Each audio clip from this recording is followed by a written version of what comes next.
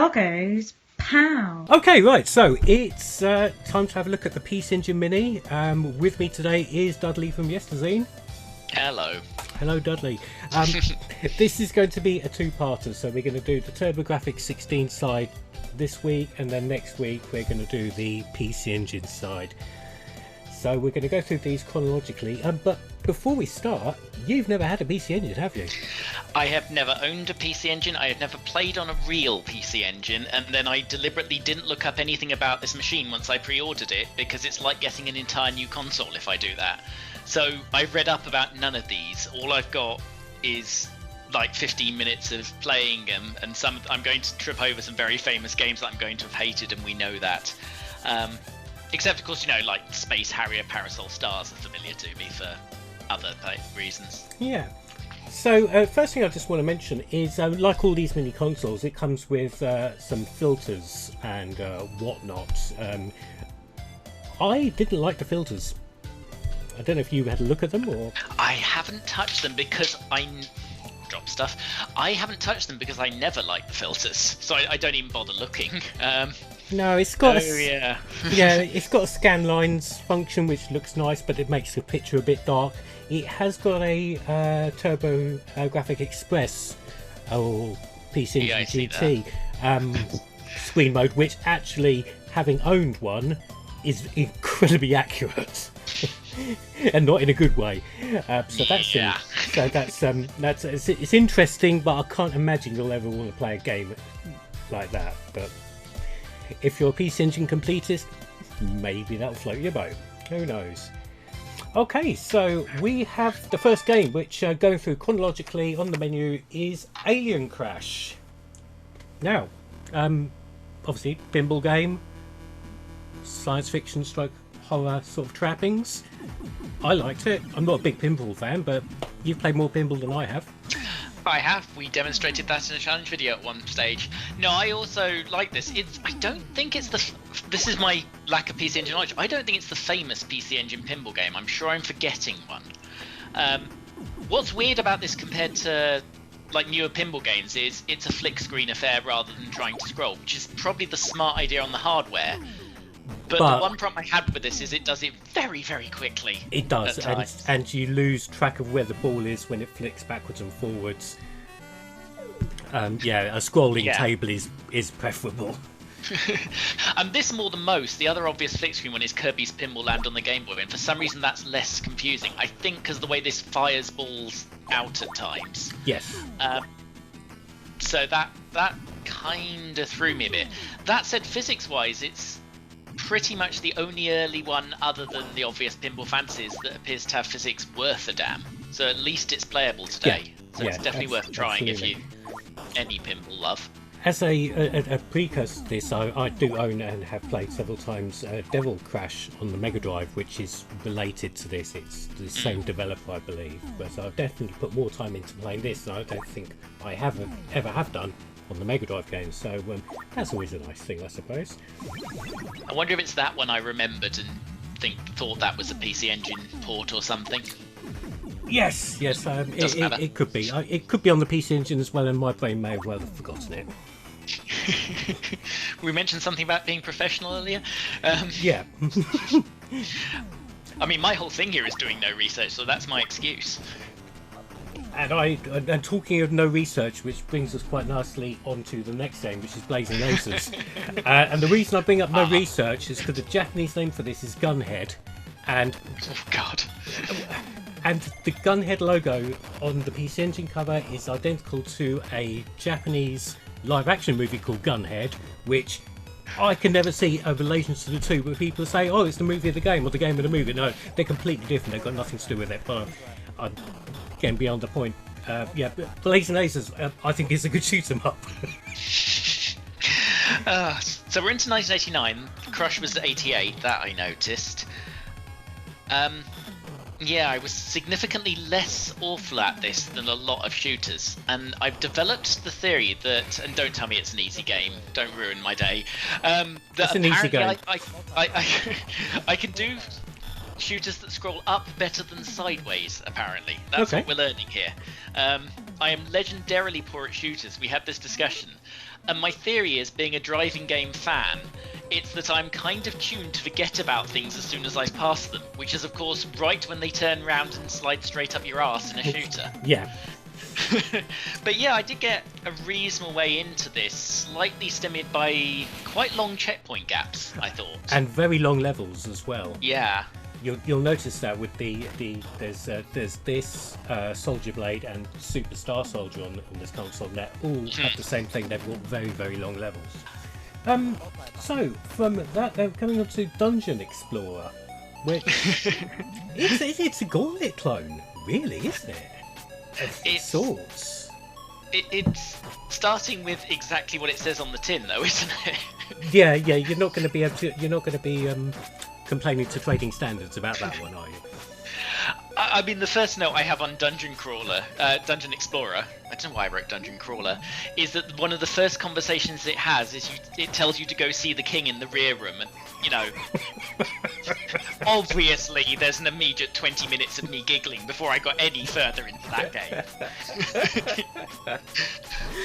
game. It's not one you can get into very quickly either. I guess, yes, Gauntlet's fair, but it's more open-worldy than that. Yeah, it's got an overworld sort of thing, almost like an RPG-light sort of element to it. Yeah, I sort of barely got out of that, because I got a little bit lost in the whole thing. Because it is actually quite confusing where you were supposed to go with the whole thing. It's very jolly, though. Yes, it's probably really nice with, I think it's up to 5 players if you got one of those multi-taps. There was, see, here's my note, there is a multi-tap for the PC Engine then, because one of the things we can certainly lead with is the Mini comes with one controller, and I don't know if it supports a USB hub, but that's going to be a problem for at least one game later on, which it seems a bit tight. Yes. I believe there is, I believe Konami did do a multi-tap for the PC Engine Mini. It'd be interesting to see if a USB hub works. If anyone out there's got experience of that, comment below and let us know. Save us having to do any more research. Well, yeah, because we could test it ourselves, but we kind of can't because, of course, each of us has one controller, as previously mentioned. And there's always the slight thing of we probably live about 150 miles apart. Yeah, so and at the moment we're certainly not fixing that. No, definitely. So I can't just plug 2 controllers into a USB hub and call it done, unfortunately. No. So yeah, I didn't spend a hell of a lot of time on. I still want to say Dungeon Crawler. It's that obvious a name that you want to say the wrong obvious name, isn't it? Plus, I was excited to move on to the driving game that comes next. Yes. Motor Roader. Before we get into the specifics of the gameplay, you noticed something in this which I didn't, concerning the young lady. Oh God, what was I did? What did I? Oh, was this? Yes, the positioning on the menu, which it's probably not a great idea to write the word trap next to your young lady, and it's significantly the wrong idea to write the word corridor at crotch height on your young lady. I mean, again, 15 minutes gone. It's the rear all over again. Oh, back to the King's back room or whatever it was. Yes. I actually don't know what those modes are, and I hardly dare touch them. No. But yeah, Motor Roader, top-down racing game with controls that would baffle Einstein. It took me ages. I worked it out. I mean, if you're watching footage, it looks like a Micro Machines-y thing. You turn right, the car turns right, but it doesn't work like that. You sort of, and it took me a while to get there, press down for your car to turn towards down, but not really, and it's almost impossible to even explain. But it's sort of a desired direction control scheme. But if your desired direction is more than about 90 degrees out, you still have to do a fighting game style rotate the pad thing in order to move, which is weird. And the car seems unnecessarily slow. Yeah, you can upgrade. You actually have money to upgrade before the first race, and you actually need to, which is very weird for a game like this. But it sort of doesn't matter because it's got. I mean, I want to call it rubber banding, but it's so far beyond that. In that Micromachine style again, if you fall off the back of the screen, it'll bring you back up. But unlike in Micromachines, there's literally no penalty for it. So the way to finish not last in a race is just to time falling off the back of the screen, so that it just teleports you across the line ahead of someone. Maybe that's some sort of crazy masochistic game design out there, so like for people who Maybe. games designers really had it in for the testers that day or something, and testers just said, "Oh, fuck it, put it out there. I don't care." I mean, I got game over, I think, halfway through my third race, and I have no idea why. Not a clue. Just even looking back. So, yeah, I don't... I'm going... This is one of the ones I want to go back and research and see what people said at the time, because I've no idea how this got released, or... Because it's... I mean, I've played enough weird Japanese top-down races. This is not a super common way of doing it. No. A lot of them do sort of a corridor thing where it always scrolls up, and you sort of turn left and right, and it never quite goes fully in order to simulate tracks. But this isn't that. It's Micro Machines that hates you. I mean, Micro Machines isn't supposed to hate you, it's supposed to make you hate your friend. It's not good. And talking of not good, I was very underwhelmed by the very unaptly named Power Golf. Yeah, it's... The structure's there. At the very basic level? Yeah, I mean, what it does is fine. You know, they're reasonably decent top-down 18-hole course type thing for a golf game of this era. There's nothing wrong with that. It's got the traditional, 3-click method of playing golf that anyone who has touched more than about 2 golf games is going to instantly recognise. But there are some issues that how it goes about it. It's very difficult. It comes back very quickly. Far too quickly. Yeah, your chances of hitting a shot in any way straight are basically nil, but it's also missing quite a lot of the quality of life stuff. It only very, very briefly tells you how many yards to go. Yeah. It's sort of there. It doesn't give you any indication of which club to use at which point, apart from maybe a sand wedge. It may well say in a manual we don't have, of course. Yes. For this, you can download them, but they're not on the machine. And I generally didn't bother because it was faff as hell. Yeah. But because it's so quick, you have to be... You can't really do less than full power on a club with any reliability either. So I got to a point where I could just about finagle myself onto the green with about the right number of strokes. But putting is really tricky. Yeah. Because it doesn't give you any indication of exactly where you need to stop it. You have to be really accurate with a really quick scroll to do it. Yeah. Your reaction to catch that snap back in exactly the right place. With what you hope is the right club. Yeah. I don't think a human can do it. No. Maybe it's golf for masochists. Yeah. And given that we're going in chronological order here and it came out with Moto Road, I'm wondering if there was just some complete bastard in charge at NEC for 3 months. Yes, definitely. I think you're probably right, yeah. And then there's an equal bastard over in the American arm that put them out at the same time. Yeah, exactly. And that would, of course, account for the next game. Which... So the next game, it is R-Type. But interesting, before we get into how much you are not good at R-Type, it's worth noting this is because it's the TurboGrafx 16 version of R-Type, this is all 8 levels rather than the PC Engine version of R-Type, which was 4 levels on one card and then 4 levels on a second card, so you actually had to buy it in 2 parts. So this is the US version, so it's all 8 levels in one go, which is slightly surprising. I just thought they might have wimped out on us further NEC masochism and given us just R-Type Part 1. But no, yes, this is both parts of R-Type, and for my money, a very good version of the game. I mean, certainly it's prettier than any R-Type I've played. It handles as well as any R-Type I've played. For some reason, and maybe I have to go back to it now, I practiced other shooters later, because there are a lot towards the end of this list. Maybe I should go back and try again, but I am legendarily dreadful at Master System R-Type, like just make the first sub-boss legendarily terrible. I can't even get this far. Oh, really? On the No! I mean, again, because I was deliberately trying to get all through them on first impressions, I spent maybe 15 minutes. But it's not like R-Type or the level layout to that point is new to me.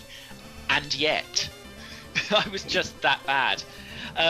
That said, it is a lovely version, so I will definitely be putting some time in and at least trying to get to the end of an actual genuine stage. Because I don't think I can call myself someone who's held a joypad unless I can at least manage that. You'll manage it, I'm sure. I'll try. It's I'm just about there on the Master System, so it's nowhere near as much of a git as Gradius is when you get to that next time. Oh god, is that by any chance in the PC Engine list? It is indeed. And okay, I should run out for more alcohols. Next up, we've got the next racing game, Victory Run. This, when I first saw this back in the day, I haven't actually played. I didn't play it back then when I had a PC Engine. I've played it in more recent years. It looked like the PC Engine's answer to Outrun in the way it would seem to be marketed out there. And obviously, now I've played it again and you've played it, we can probably both agree this is nothing like Outrun. No, I mean, I had two different games. It kind of reminds me of the bastard child of Burning Rubber, the GX4000 exclusive that was an unofficial sequel to WEC Le Mans, and a Jaleco arcade game called Big Run. Big Run, I was thinking about Big Run. It's probably because of that Porsche 959, isn't it? The title car is the same, although in this they won't tell you that, because no one paid Porsche any money for what is clearly a Rothmans Porsche 959. But in both cases, that's a compliment. And yeah, thankfully after the previous racing game, I really like this, and I really like Burning Rubber as well, and it's as good as that, which is really quite good indeed. There's a couple of slightly weird things about it, one good, one less good. It's mandatory manual gears, which it handles a little bit weirdly, and for an arcade game, forcing you to use more than low-high is a bit weird of it. Yeah, 4 gears. One of the main issues I had with that is when you came to a grinding halt, you had to change down sequentially to get back to first gear so you could start off again. I'm well used to that from 16-bit driving games. Amiga games were notorious for it. It was actually a lot later they started properly thinking, maybe he wants first, now he's upside down in the hedge. So there's that. The interesting bit is the way it does its timing, because most games give you a stock of time at the beginning and then, a certain amount at each checkpoint. Yeah. This gives you a certain amount for each stage, but what you have is an unreplenished amount of time as sort of bonus time. So you sort of gradually use that up if you run over the time it thinks you should be able to do the stage in. Yes.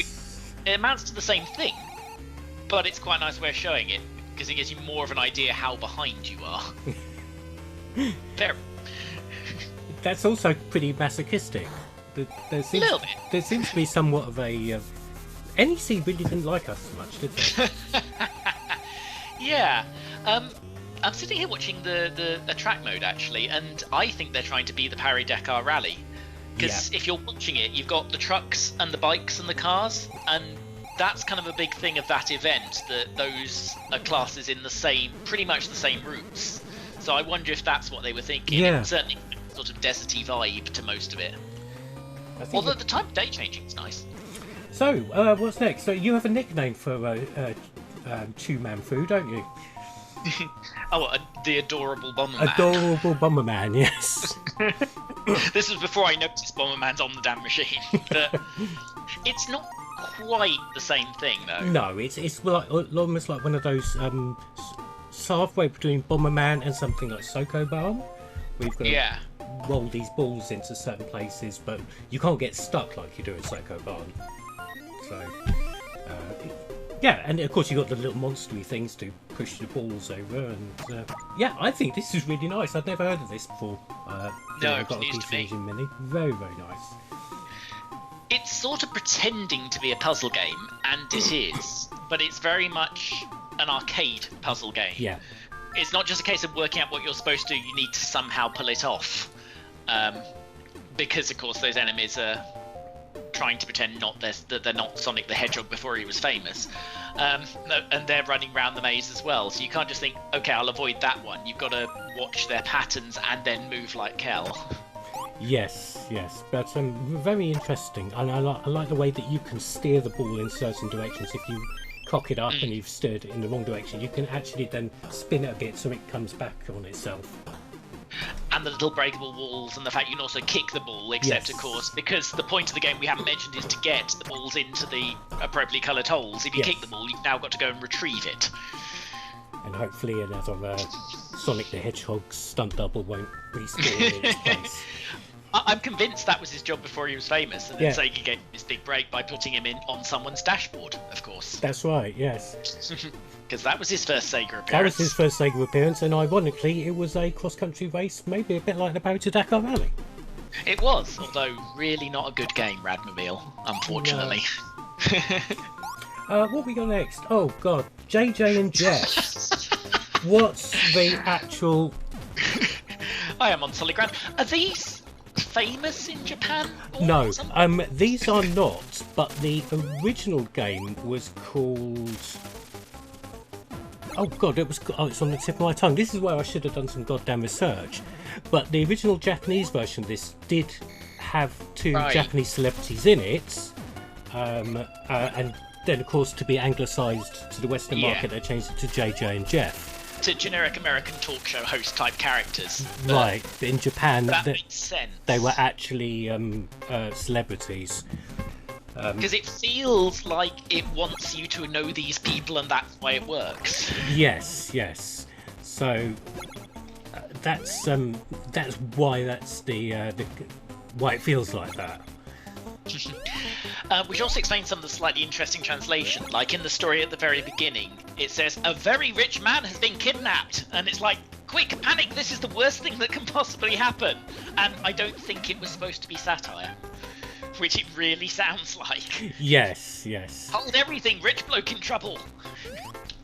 And it seems to be completely. Apparently, the Japanese version is a lot more in terms has a lot more in the terms of scatological humour and that, and you see the occasional turd and that in this game. Yeah, but apparently, there's a lot more in the Japanese version, which I've just googled on my phone.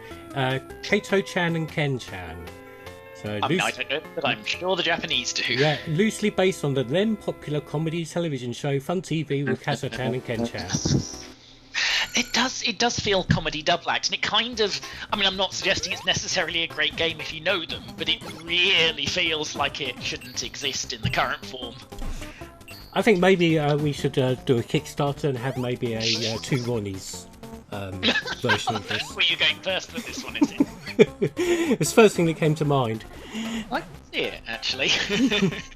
I mean, perhaps we should choose something where at least one of them's alive. You know.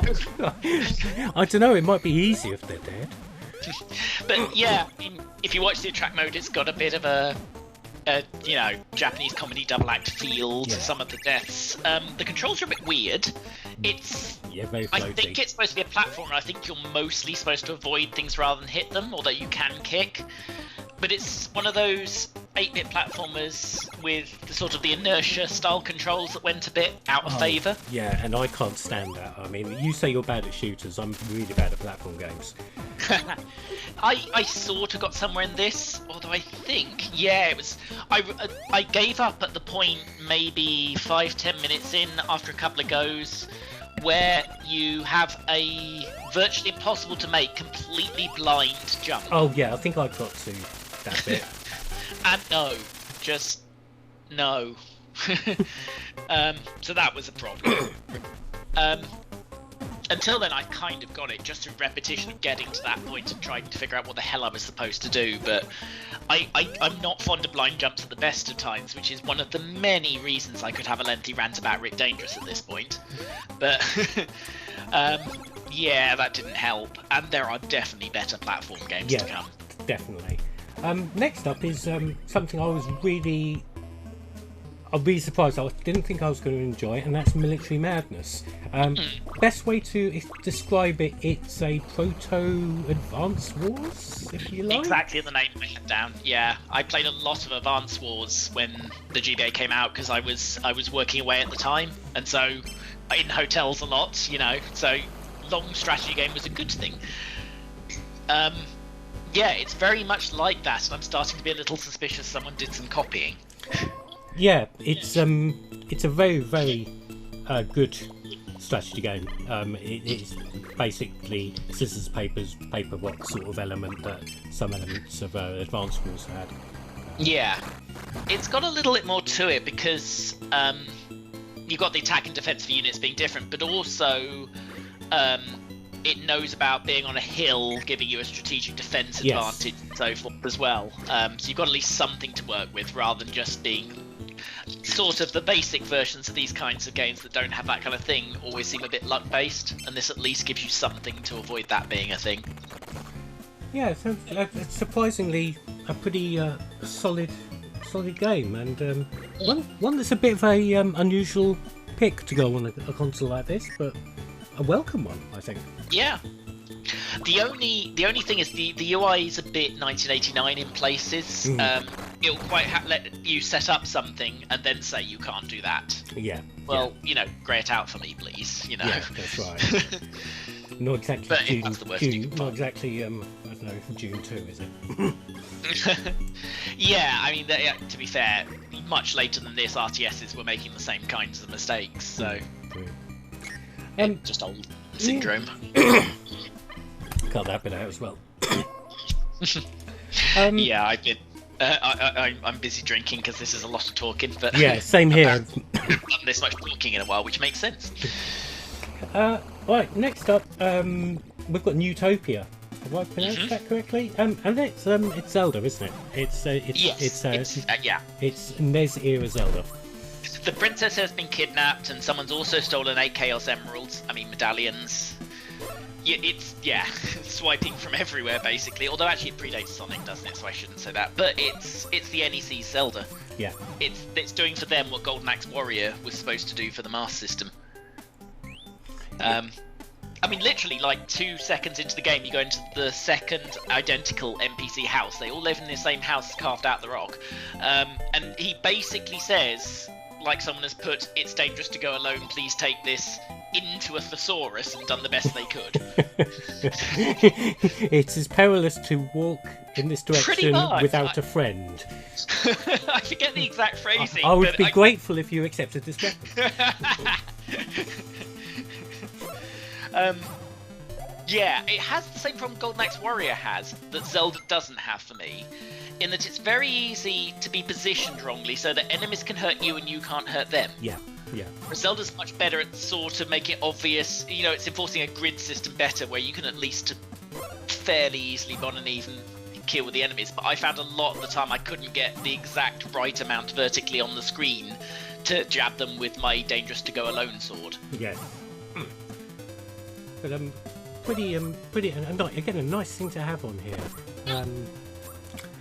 I had my suspicions this was one of the ones that was well regarded back in the day, and I wouldn't say that was bad. It's probably one of those things that nowadays, if you want to collect original TurboGrafx 16 games, is one of those sort of harder to get and more expensive titles, probably because of its similarity to a certain legend of a little green boy. That said, Golden Axe Warrior's dirt cheap, so maybe not. True, very true. Right, next up, Ninja Spirits. There was going to be ninjas at some point. There's going to be ninjas. Ninja Spirit, conversion of the IRM arcade game. Again, slight change here. The IRM arcade game was one-hit deaths. This PC Engine version gives you a small life bar. Well, at least 3 hits, I think it is. In the top right-hand corner of the screen, 4 hits. 4 hits, I think it is. And makes the game a hell of a lot easier, because the arcade game was as hard as balls. It really was. Yeah, I bet it was, if that was how it did it. Because I definitely needed a little bit of help from it. This does a thing I'm not generally super fond of, which is the infinite respawning enemies in a side-scroller like this. Yes, it does, doesn't it? That usually irritates me. Less so here, actually, but that's probably because very early on, it at least gives you a chance of getting weapons that are up to the task. Yeah, and if you've got to rush forwards and deal with it pushes you forwards. And if you've got the weapons to get you through this, whether you've got the bubble sword thing or the 3-way shuriken or the exploding candles, it plays like a run and gun more than a platform beat 'em up. It looks like a platform beat, but it does work better as a run and gun. If you come into it like a run and gun, I think you're going to enjoy it a lot. It's the first time I've noticed any technical problem, and I assume it's with the original game and not the PC Engine Mini. It's when you get to the first boss, there is a little bit of slowdown. Yeah, that was the original, yeah. Right, because I've really not seen that on any of the PC Engine games, and certainly not on the Mini. Mind you, there is an absolutely humongous piece of graphical work coming up through the ground. So I think we'll probably give the little grey box a pass on that one. No, that's fair, and as predictably, I tend to hate bosses, and that was about as far as I got, because I burned the 3 or 4 hits I had left at that point. I got quite good at getting to him, and then he would just murderalize me. Interestingly enough, the bosses in this have got a pattern to them, which is something which things like the Art games, their bosses always have a pattern to them. And once you've got the pattern down, the boss will go down in a matter of seconds. Until you get that pattern down, you're going to die. Yeah. Okay, so that's that. This is a failure of research, of course, going in blind. But yeah, I mean, I'm not surprised to see it's by IRM, because that's actually really good. I mean, I'm horrible at that just as I am shooters. This may not be my machine, that's why I didn't have one originally. But I really liked that, actually, especially, I think the weapons make a big difference. I did notice that there were a few run-and-gun type things on the Mega Drive Mini, and the ones that at least gave you a chance with some spectacular weaponry were the ones I tended to like, Contra being the obvious one. Okay, so next we've got, and you mentioned this earlier when we were chatting on WhatsApp, Psychosis. This, thankfully, is the last time I'm going to have to say this about a shooter, but I am especially terrible at this one. Like, 30 to 60 seconds a game terrible, and I don't know why. But I really like it nonetheless. So I played a lot of games in order to determine I am that bad. I mean, if I had to come up with the glib description that we've been doing for some of these games, it's acid trip fantasy zone. Yes, definitely very, very much acid trip. The graphics are incredibly bright. There are what appears to be spiders doing mean things to each other. And again, looking back through the footage here, you can see a spider chuck a little centipede thing up in the air. In the Japanese version of this, they're pretty much buggering each other. Oh, good. And that was changed for the American version. And of course, in the Japanese, they're actually a comedy double act who are famous. Yes, that's right. Just happen to be called Psy and Kosis. Sure. And if you reach the end of the level, when you finally get there, Dudley, there's a little alien thing that gives you the bird at the end of the first level. Oh, excellent. It says stage 1 complete, and he's there sticking his middle finger up at you. I mean, you'd think if I'd made it that far through the game, he'd at least be happy to see me. We're going back to the sadomasochistic relationship NEC has with its customers, aren't we? Yeah. Clearly that guy had one more left in him before he left NEC. Yeah. But yeah, Psychosis is a fun, if slightly unusual shooter. Okay. I'll let you do this one. Space Harrier. We're into a run of games I actually know. The next 4 I had at least some contact with, so I'm not completely blind, and I'm afraid I'm in the camp that's never really liked Space Harrier. And I'm sure part of that is, if I'm not good at vertical shoot-em-ups, and I'm hideous at horizontal shoot-em-ups, giving me a faux 3D one where I can't see where anyone's going is not going to help matters one little bit. But that's the root of why I've never quite got on with Space Harrier, in that I can't see the path of things. It feels a little random to me, and this version is no different in that regard. It is really close to the Mega Drive one, which is probably the best home port until they literally just started emulating the arcade. It's very pretty, but it doesn't solve any of the problems I have with Space Harrier. Yeah, I think that's fair. I mean, I've always been a big fan of Space Harrier. I was that stupid muppet that bought it on the Commodore 64 on the Elite back then. Yeah, I was that stupid, and I've owned it on pretty much every system I've been able to get it for, and the PC Engine was no exception. And just to put it into context, when I got my PC Engine, it was at the tail end of my Amiga days, and having Space Harrier on the PC Engine after playing on the Amiga was absolutely fantastic. Yeah.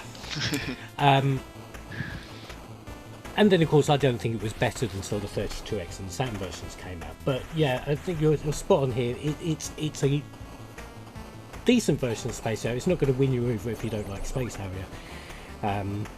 It's fairly faithful. There doesn't appear to be anything missing, but in this day and age there's better ways to play Space Harrier. So next up we have Splatterhouse. Now I like Splatterhouse. I've always liked Splatterhouse. I'm crap at Splatterhouse, but I'm kind of not. I've kind of played it, occasionally when it's appeared on compilations, but somehow in the middle of playing it on this, I think I got it. So I got a lot further, and was then delighted to discover its 2 sequels are actually on my shelf on an Evercade cart already. So excellent. That's my next thing. They're on the second Namco collection for the Evercade, if that helps anyone. Splatterhouse, of course, does not have infinite spawning enemies. It does not, no. Let's already love that. But what I immediately love, and you'll see this very early on, is that for a game that's supposed to be sort of a horror movie pastiche, very obviously so, look at the title character, I like that it's visceral. Like, in the first 10 seconds, you pick up a baseball bat and you can clobber enemies with it, and they don't just fall to the ground and disappear. They smack into the back wall of the level, and just immediately that happens, I am on board. I do vaguely remember, I don't know if it's this one or the Mega Drive sequel, you can actually get a very satisfying shotgun in it as well. I think I saw something in the track mode that looks shotgunny, so it might be this. Yes, very, very good. And all the horror movie trappings in it, it riffs on, obviously, Friday the 13th, Poltergeist, Evil Dead. It's like somebody in Japan suddenly got a great big stack of Western horror tapes and went, let's make a game of all of this. There's no time to make separate games. Put them all in this one. Yeah, and then but they did pull off, because it's, I mean, as befitting a character who's a bit lumpy and so forth, the controls are quite slow, but they are accurate, and yes. that's kind of all you need. You can do what you want with the guy. Aside from that bit where you've got to jump over those spikes in the sewer. Yeah, okay, it's tricky. I did okay with that, although you're getting towards where I started to struggle, because I am still dreadful. But, yeah, I'm going to have many, many more goes. Once I figured out the timing in the sewer, I got a bit better. You can usually not have to jump over those spikes. You can sort of wait them out. Yeah. But the mines were a bit of a dick, especially the ones when 2 came in at once. Yeah, so you jump backwards and forwards. Yeah. It gets very busy short after going up to that section, and in the time I spent with it just for this, I couldn't make that work in my head, but I think I can if I go back. It's definitely something, because it's doable. There's a like you say, once you get it, you'll start to make serious progress in it. I mean, again, with any game like this, there's a certain element of a memory test, but it doesn't necessarily feel that way. And if you were literally God's gift to gaming, you probably could get through first time, which isn't true of certain other games I've already mentioned. Yeah, very, very true. Yeah, I'm really, really happy that that's on here. Very good game. Next up, this is YES, or YES, chapters 1 and 2. Yeah, it's close to Ease, but I mean, it was not meant to be pronounced by us, I think. It was not. But this is 2 games, isn't it? Books 1 and 2. Yeah. Yeah, so this is actually 2 games on, or 2 parts of a story at least. But it's an RPG. It's got a very strange mechanic where you don't actually fight monsters, you just walk into them and hope they die. Yeah, that's very strange. Yeah. I didn't realise that. It's the only reason I had to pun to that pronunciation is I did look this up on Wikipedia to find out what the hell was going on with that. And yeah, that's the bump system. I mean, it's uncomfortably sexual again. But I didn't quite get the hang of how it expected you to walk into people, because there were times where I should have got damaged and didn't thought I shouldn't and did. So that was a bit strange. Yeah, to me. So far, if I was going to put time into that kind of game on this little PC Engine, I'd probably still be playing Utopia over this, I think. that's probably fair. This is our first CD game, so it's very well soundtracked, and that's why they totally had room for books 1 and 2 and all that. I did encounter an excellent bug very early on where I got off the boat and the guy standing by the gangplank just started running into the gangplank constantly. I don't know if that happens to everyone or if that was my copy. I wish I'd taken a capture of it. But he was, while I'm having a perfectly serious conversation just around the road, he's just running like trapped against the gangplank. So maybe I just attract these things.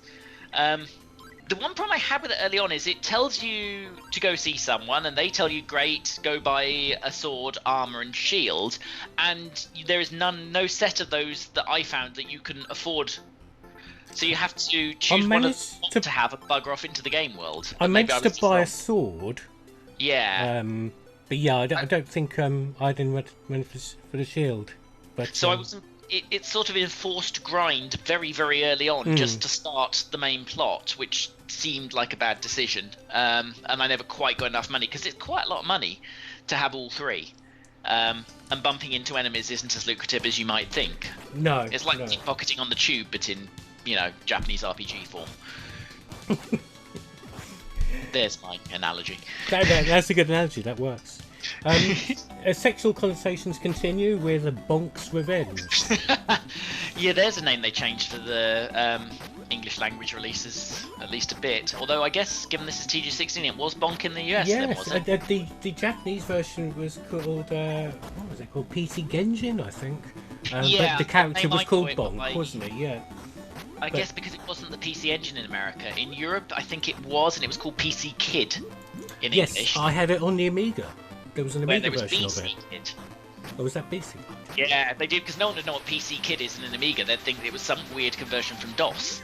So yeah, on the Amiga, it's BC Kid, which is where I know it from. I like this version better than the Amiga version. Oh, absolutely. Absolutely. I was a bit surprised when I played the Amiga version that, it's that PC Engine platformer, but on an Amiga. Very interesting. I'll move along to something else. Yeah, this is quite good fun. It's nice and jolly and platformy, but as I said earlier, I'm about as good as platformers as you are at shooters. Yeah. Although this saves you because it really embraces difficulty levels in a way others don't. You can literally select they call it practice mode because they're still going to patronise you, but it's like a one-stage game that has an end.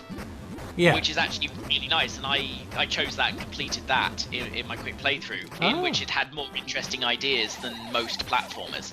And when you finish it, it says, now you are intermediate, which, as, damning with faint praise goes, I'll take. Yeah.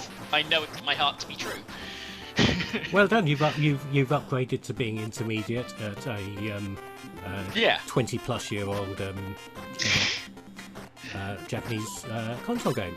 Yes, and actually at that point, it returns you to the main menu and practice mode has disappeared. It just gives you intermediate and expert. Oh, so, okay. I imagine if you reboot the console, of course, it'll give you them back. But I quite like it. Now move on, you've had your fun. I mean, I'll give it a go. It's 1 stage, 4 stage, and 7 stage, I believe. But, yeah, we've found our decent platformer we didn't have before, is what I'm saying. Yes, absolutely. Don't play JJ and Jeff. Just don't. Just play Bonk's Revenge. Yeah. Okay, so next up we've got Kadash, which is a very strange beast. It's like Rastan Saga, but also an RPG. So side-scrolling action game, but is also it's a very odd beast. With again, it's doing the infinite spawning thing where they appear from literally nowhere. I have written down one of my favourite translation mistakes. Early on in the game, it's using every game uses it method of getting through doors. You hit up and you walk through the door. Except the instruction you get is to walk through doors, raise the joystick lever. Which, yes, but also... Raise? Like levitate? I tried it. It didn't seem to do a lot. But also, of course, not a joystick, so... That too. Mind you, it was an arcade game. Oh, is it? Yes, originally it was an arcade game, which is, again, even more baffling to have an RPG structure in an arcade game. Yeah. It does explain, though, that I ran into a place where essentially if you make a particular mistake, you are dead. Because it does have a hit point system. Yeah. But about 5-10 minutes in, there's some water that you can very easily fall into if you're crap at platform Bloggo. And actually, if you're trapped in that water, you can't get out. You just have to sit there watching the hit points go down. Because you get knocked back every time you get hit, and I couldn't get out. Maybe you could. I did, and I will insert the footage of me getting out here because there was a rope. I could see myself getting knocked back, and there was a rope, and I managed to get out. So I may be shit at jumping on things, but I'm good at climbing up ropes. Fine, then you've beaten me on that. But that was the problem I had with that. I mean, until that point, it's not unpleasant. The problem is, if you die, it's a one life issue, which makes sense again, arcade. Yeah. And it puts you back to the start, and you have to trudge past all the tutorial messages again. Yeah, and all the villagers offering to not do anything for you. And me stopping to try and stick a sword through all the guards because, it's got to be tried. Yeah, definitely. But yeah, I don't think I'll spend a great deal of time on this. Strangely enough, I do have this on the Mega Drive, but I don't actually remember playing it. I didn't know it was on the Mega Drive, so that's about as much attention I paid. On the plus side, at least the next game, which is also a Workings Designs game, is a lot better. Oh yes, Parasol Stars. This is great. Yeah. I'm sure I have played a version of Parasol Stars on something in the past. I'm going to say, did it come out on the Amiga? It did. That must be it then. There is definitely an Amiga version. I mean, I'm not your Amiga's keeper, so I won't tell you played it on that, but yes, there is. It's most likely. I mean, it is more of a true sequel to Bubble Bobble than Rainbow Islands is. I agree. Yes, definitely. It kind of iterates on the ideas. There's a combo system. You can throw things at enemies. If you can get a bunch of them at once, then 4 excellent numbers of points and so forth. You can even collect the fruit by chucking stuff, which is all very nice. But it is a proper Bubble Bobble sequel, and everything that is good about Bubble Bobble is also good at with this, plus some stuff. Yes, absolutely. This is really good stuff, and it just feels good. I mean, I'd imagine there's some kind of reality somewhere where all the versions of Bubble Bobble that were released on home systems were chronically flawed.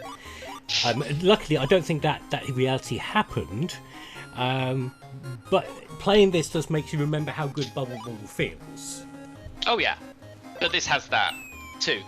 The thing is, this is a selling point for the machine, that Bubble Bobble is on everything in some form or another. It's very easy to get a good version of Bubble Bobble.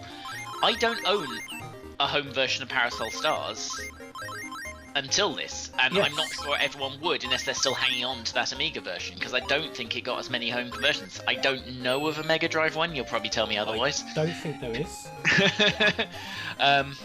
So one of the nice things about this machine is, there you go, there's your good home version of Parasol Stars. I'm going to skip over the next one very briefly, because I did cover it in a video about a month ago. So it's Airzone. Yes, that was useful for me, because that allowed me to cheat. I was like, I know this. In that case, I'll just mention the couple of things that I can possibly add, is that it sort of reminds me of Cuphead in its graphical style. Just a little bit, and obviously not with the same fidelity. It's a little more forgiving because of the multi-hit system, which you don't see a lot on shooters. And of course, you start where you die. It's not a checkpointy thing. So I need to be involved here, because this is the first time in any of these up to this point where I got to stage 2. Hey! I can get to stage 2 of Airzone, so I have to at least give it 2 seconds on the video. But yes, as I mentioned the other week, it's a decent enough style scrolling shooter, which I hadn't played before about a month ago. So yeah, nice. Newtopia 2, which is more the same, isn't it? Really. And it knows it is. I mean, insta-killing you 3 seconds into the game is a brave approach. Yes. Because I think you're playing as the character from the first game, and he gets nuked at the very start, and then as his son, you go to try and find him through some very familiar-looking worlds. The first thing I noticed here is it's your mother saying, "Quick, you need to hurry and find your father. Let's just have this tedious 10-minute unskippable conversation first." Yeah. Nothing And then sucked you go, the urgency out of the situation. it does rather. I always get annoyed by those things. Don't make it sound urgent if you're going to tie me up in red tape. And then you go into the next room, and the guy, it's dangerous to go alone guy is back. And what he says to you in this game is, "Hi, I'm still here from the first game." What a great pull. So, you know. Other than that, yeah, it's pretty identical in terms of gameplay, if not story. I found it's a little bit better with the positioning thing, but it's still not as good as Nintendo managed. It runs in you can attack in a diagonal Yeah. on this, rather than just in right angle, the four, so like up, down, left, right, and the first one, you can attack in a diagonal form this time, which makes things a little bit easier, or a little bit more confusing depending on your... But it is basically a, year later, same engine, we need a sequel. Yes, it is, isn't it? Yes. Which, to be fair, if you played through Utopia and loved it either before or on this, great, here's your second one. Yeah, you're going to have a lot of fun with it. Now, next one is New Adventure Island. Now, one thing I will say about New Adventure Island is cover artwork? What? Yeah. I'm sure that's probably not the original artwork. I don't know, am I reading too much into this? Am I just a bit disappointed? But it doesn't look like it should be the cover artwork on the menu there. It looks like a placeholder. I actually don't know if it's accurate. The first thing I noticed about this is it's very heavily connected to the Wonder Boy games. In fact, it is. It is, isn't it? Yeah. Effectively. And the first note about this on Wikipedia when I looked it up was, this is the 5th Adventure Island game and comes directly before Adventure Island 3. Excellent. So, firstly, thank you, and secondly, that's the exact problem I have with Wonder Boy, where with the whole Monster World confusion, there are 2 Wonder Boy 3s and neither of them's the 3rd game. Yeah, so... and then now we've got Adventure Island, which is ostensibly Wonder Boy. Yeah. But not at the same time. It's all really confusing. At least by this point, there are enough games in as gameplay that sort of diverged a little bit. Yeah. And this has a mechanic I don't think I've seen in many platformers. Because I think this is almost more shooter than it is platform, because you cannot stand still. It'll let you, but your health actually ticks away very rapidly with time. So you have to kill enemies, collect fruit very rapidly in order to even survive. Yes, it's something that the original Wonder Boy had a very similar element to it. Before Wonder Boy decides to go off on a bender and start becoming a platform RPG. And it plays, like I say, it plays a lot like classic Wonder Boy, and that's no bad thing. I'm still really crap at it, but...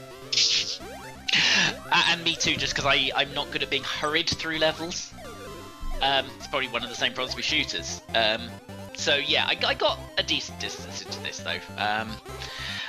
PC Engine does do its big sprite games well, doesn't it? It does. For what is really an 8-bit machine, shut up at the back. Very, very big, detailed, beautiful sprites. I mean, between this and Bonk, and to a lesser extent Ninja Spirits, there's some really great, big, detailed graphics here. I mean, you're not going to get layers of parallax scrolling like you're going to get on the 16-bit Mega Drive or SNES, but yeah, it's bright, it's colourful, and it looks like an arcade game. Yeah, certainly from these almost like System 16 minus the parallel scrolling. Yeah, parallax. Yeah. Righty, we are on to Soldier Blade. Now, Soldier Blade is a personal favourite of mine from the PC Engine. Out of the upward-scrolling shooters, of which there's many, this is actually my favourite. Yeah, you're going to be the one to tell us things about this, and I starting up, I noticed it pretty much does parallax scrolling on the title screen, just to make us seem like idiots for the previous 30 seconds. Yes. But yeah, again, I didn't know this, and I subsequently find out it was pretty famous. It's one of those I like for the same reason that I quite liked, actually, Ninja Spirit, wasn't it? That it throws many bonuses at you. Because in these shooters, I kind of want to feel like a god, and I'm not going to do that through my own ability, so I need to have some upgraded weapons quickly. So lots of help on hand to make you feel powerful until you inevitably die. And the first couple of enemies that you still have to collect them, but there are things that make you get the companionship very quickly. It throws different kinds of shots at you.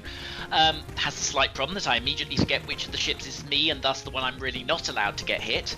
It does a lot of that. I also got through the first stage of this, I'm just going to say. Oh, good. Yeah.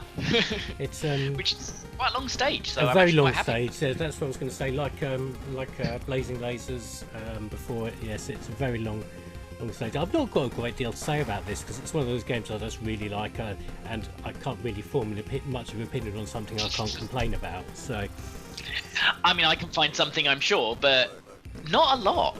I can see why you'd like it. It's it's big, it's colourful, it's got the bonuses. It's not too shitty with trying to kill you immediately. I mean, it sort of wants you dead, but it's at least going to give you a gun in order to escape the prison first, the kind of thing. Yes. So yeah, I'm going to try and get further on this just for that reason. Of them, it's probably my favourite of the shooters.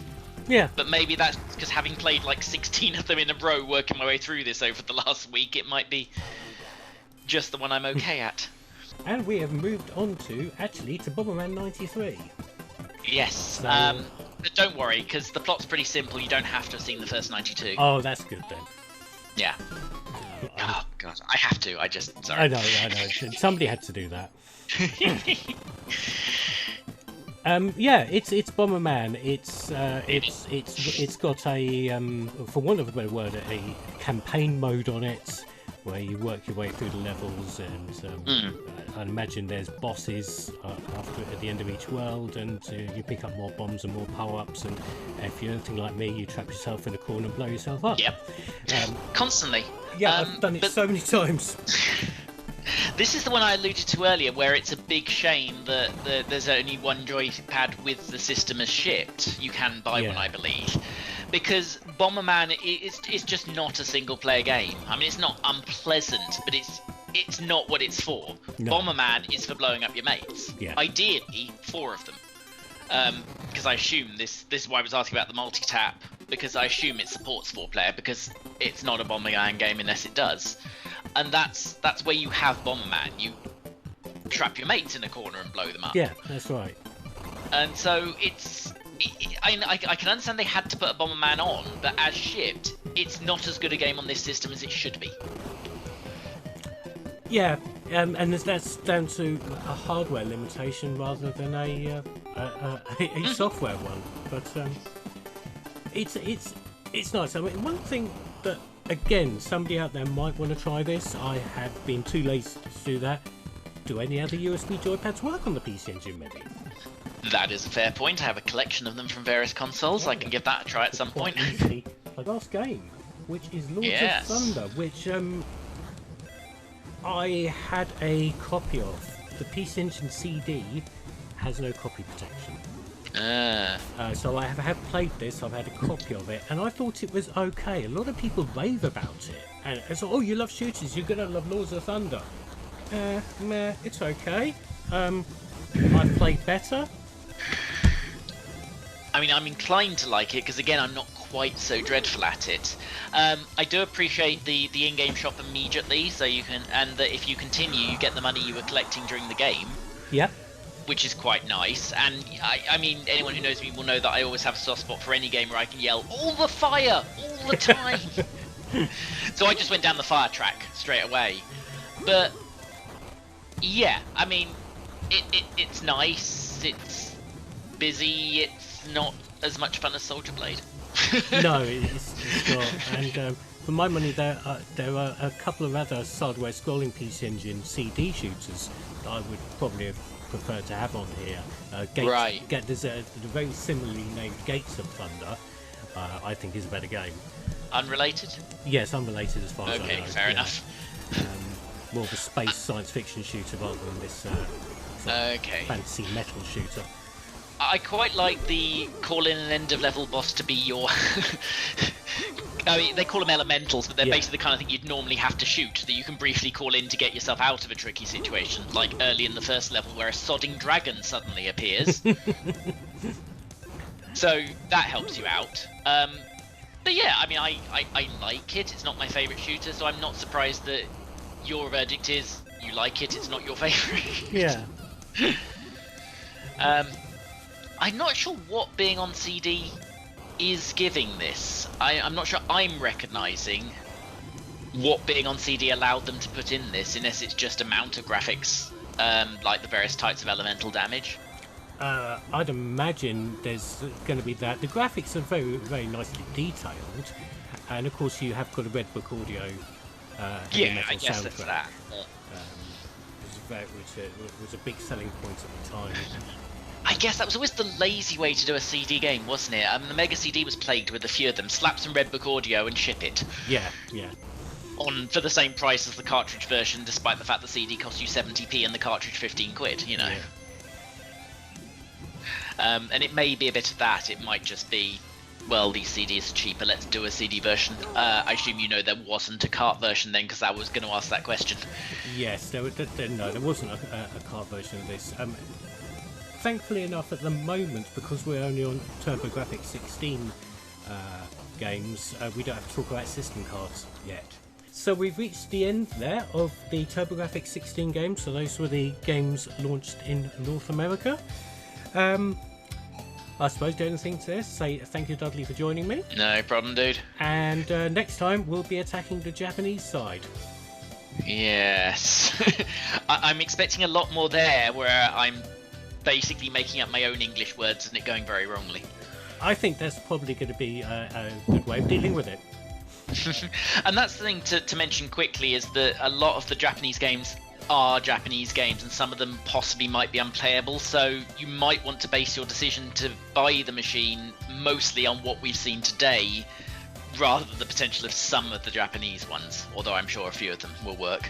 Right, so yes, thanks for watching. Thank you, Dudley, for joining me, as I said. I've put a link to his channel here below. There'll be a subscribe card thing at the end of the video as well. But join us next time for the Japanese section.